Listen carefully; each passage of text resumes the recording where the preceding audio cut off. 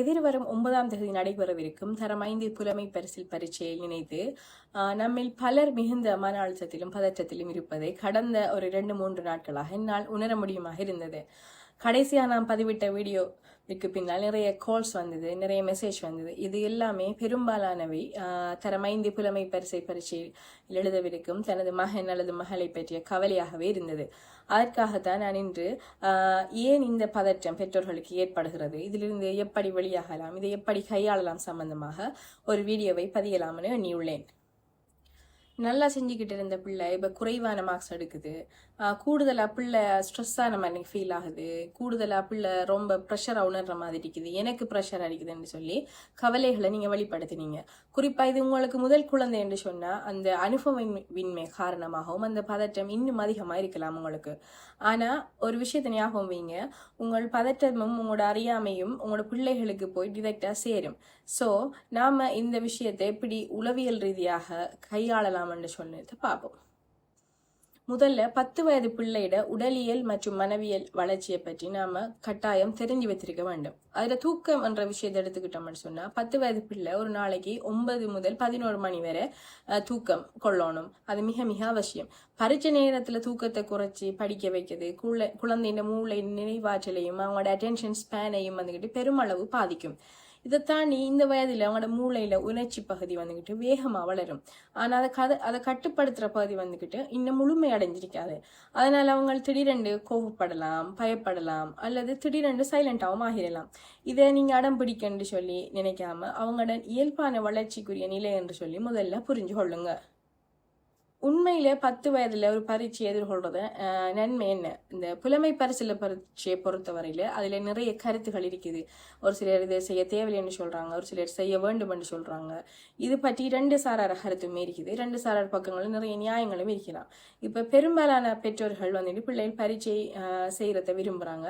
ஆனா அந்த பரீட்சையோட நோக்கத்தை பிள்ளைகளுக்கு சரியா கொடுக்குறாங்களான்றதுலதான் பெரிய ஒரு கேள்விக்குறி இருக்குது. இந்த பரீட்சையில முக்கிய நோக்கம் என்னவா இருக்கலாம்னா டைம் மேனேஜ்மெண்ட். இது வந்துக்கிட்டு அதோட ஒரு கோலை நோக்கி பிள்ளைகள் உழைக்கிற பழக்கத்தை வந்துக்கிட்டு இந்த 10 வயதுல இந்த பிள்ளைகளுக்கு கற்றுக் கொடுக்குது. ஆனா நாம இங்க செய்யற தவறு என்ன? இதுல நீங்க பாஸ் பண்ணினாத்தான் கட்டிக்காரன் இல்லைன்னு சொன்னா வாழ்க்கையை போச்சு, நீங்க பாஸ் பண்ணாதான் எங்களுக்கும் கௌரவம், ஸ்கூலுக்கும் கௌரவம் சொல்லி பிள்ளைகள மனதில் ஒரு பிம்பத்தை உருவாக்குறோம். புலமை பரிசல் பரீட்சைன்றது ஒரு பிள்ளைங்க முழுமையான அறிவு அளவுற ஒரு அளவுகோல் இல்லை தானே. இது ஒரு குறிப்பிட்ட திறன் சார்ந்த தேர்வு மட்டும்தான்.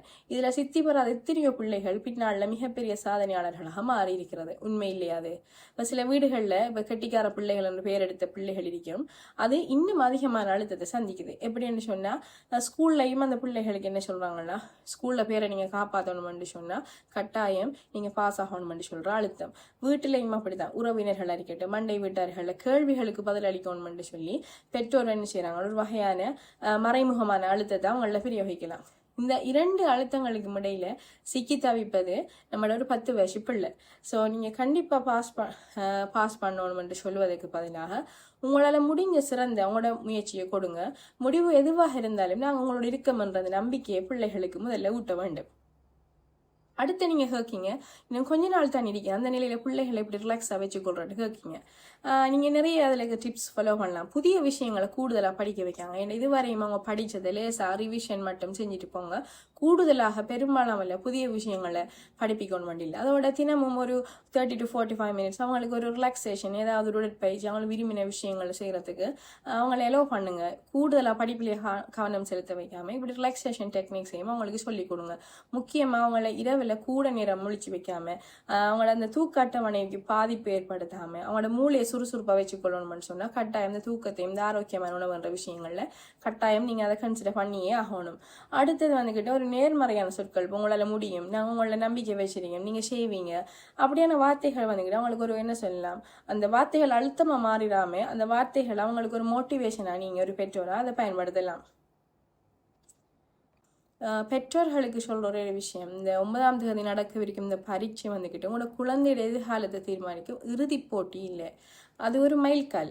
ஸோ உங்களோட பிள்ளை வந்துக்கிட்டு உங்களோட பிள்ளையோட மதிப்பெண்களை விட அவங்களோட மனோ ஆரோக்கியம், உங்களோட மீது அவங்களுக்கு இருக்கும் நம்பிக்கையை, இந்த நேரம் அவங்களை நீங்கள் எப்படி ஹேண்டில் பண்ணுறீங்க என்று சொல்றதெல்லாம் மிக முக்கியமான விஷயம்.